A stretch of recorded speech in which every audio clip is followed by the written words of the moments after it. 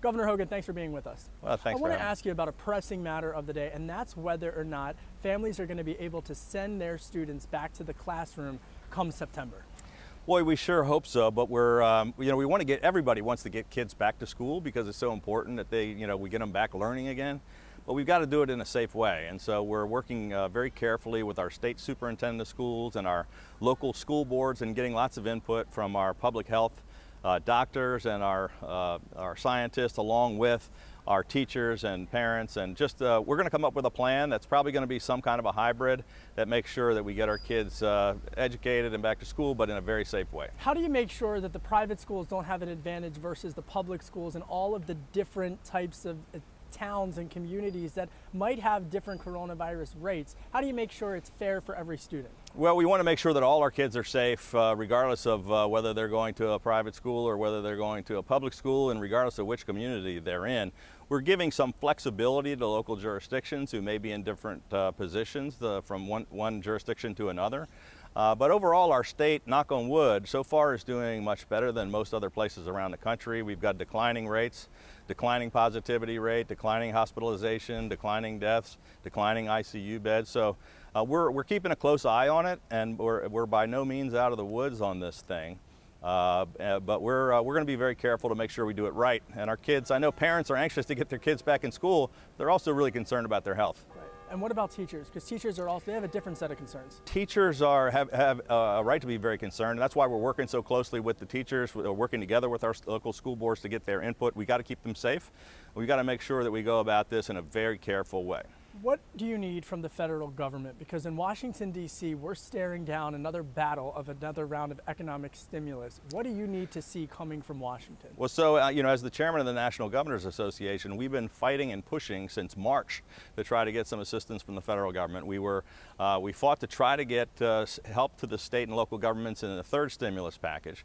Next week, when Congress comes back from their 4th of July recess, we're hoping, we've been pushing very hard to make sure that the state and local governments are included in that stimulus package because it's critically important. We've already lost 1.5 million state and local government workers just in the past 60 days. It's anticipated we could lose as many as 4 million more, so we're talking about frontline healthcare workers and teachers and police and firefighters, people that we're out there providing more services under very difficult circumstances. And we're as impacted at the state and local government level as our businesses because the revenues are down dramatically. Across the country, we're expecting a decrease in revenues to state governments of up to 30%. 1.5 million jobs already lost, and you just said 4 million jobs potentially could be lost, and that's for government workers alone. Yeah, state and local government workers. And so we're working very hard. We've been pushing the administration, working with leaders in Congress on both sides of the aisle in the House and the Senate. And we're hopeful that sometime by the end of July we're going to have some success and get some help because states are making very difficult budget decisions and putting together their budgets and looking at dramatic reductions in staff. And in many ways, a government job was seen as a safe job. So when you're talking to President Trump, when you're talking to Speaker Pelosi, what do you specifically want them to know? I want them to know that not only as we're trying to have this economic recovery, the worst thing we could possibly do is to put more people on the unemployment lines and to those folks that are actually trying to help the other people that are in need. So we need more money and not less money for local governments, and the federal government this is one thing that the states cannot do without the federal government. Governor, in the excerpts for your book Still Standing, which comes out in just a few short weeks, you outline yourself as sort of a pragmatic conservative. And you know this as we're staring down this debate with Republicans who I've interviewed in the past several weeks are very concerned about more bailouts, more government money, more types of government assistance in order to prevent some layoffs. And they're saying, we can't afford to take on this debt. What do you say to the Republicans in the party feel that way? I would say we're in a very unique situation where we can't afford not to. So I'm a lifelong Republican, I'm a conservative, I'm a lifelong small business owner who's never held elective office before I ran for governor. I ran for governor with my sole mission was to turn around our state economy. We had killed businesses and jobs. We were 49th out of 50 states in overall economic performance. I came in and immediately I cut taxes 6 years in a row. We had more job growth, more businesses open than ever before in the history of our state.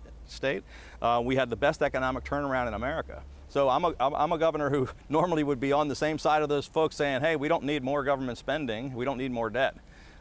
In this particular case, though, we've got the worst economy since really the Great Depression. It's worse than the Great Recession. And we need that stimulus to help keep the people in our state employed and to keep our economy from tanking even further. Now, we're doing even better in this economic collapse.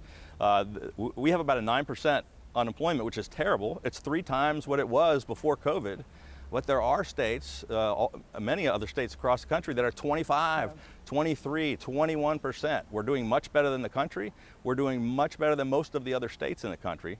But it's a really bad situation. You know, and I was walking down down the street by all the boats, and I was getting a cup of coffee. I saw this is where the reopening starts. Essentially, there was a sign. So how do you, Governor, get ready for the economic comeback, or what needs to be done to make sure that there is that economic comeback, not just in Maryland, but across the country?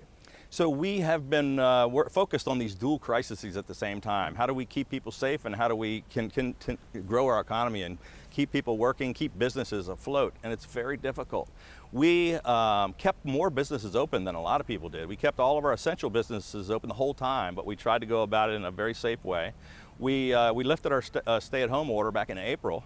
So it's been quite a while that we've been open. About 95% of all of our businesses are able to operate, but they're doing it in a safe way with masking and distancing and lots of safety precautions. And our numbers on the health side have been very, very good, some of the best in the country.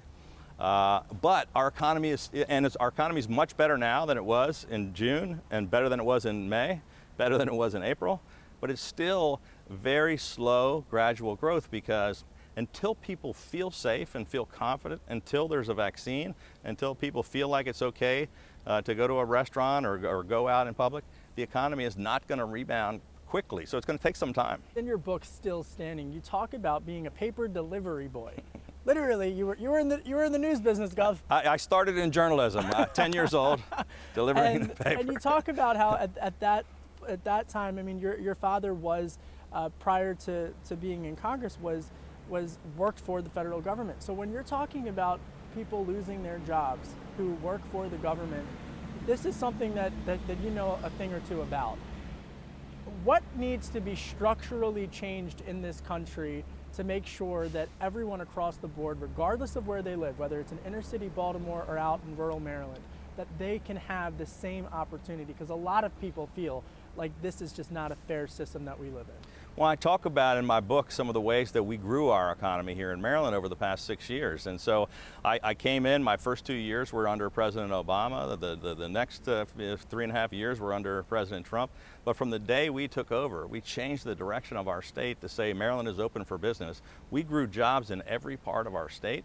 Unemployment was cut in half in everywhere, including Baltimore City and including some of our most difficult places. We've put more investment and more time into job training and workforce development, more investment into enterprise zones and investing money into our challenged communities and redeveloping some of our older communities. And we were making tremendous success. And then we're hit with this economic catastrophe that's the worst in our lifetime. And now we've got to figure out a way to continue to make success and come back out of this. Because America will come out of it stronger than ever, but it's going to take some time, and a lot of people are suffering in the meantime.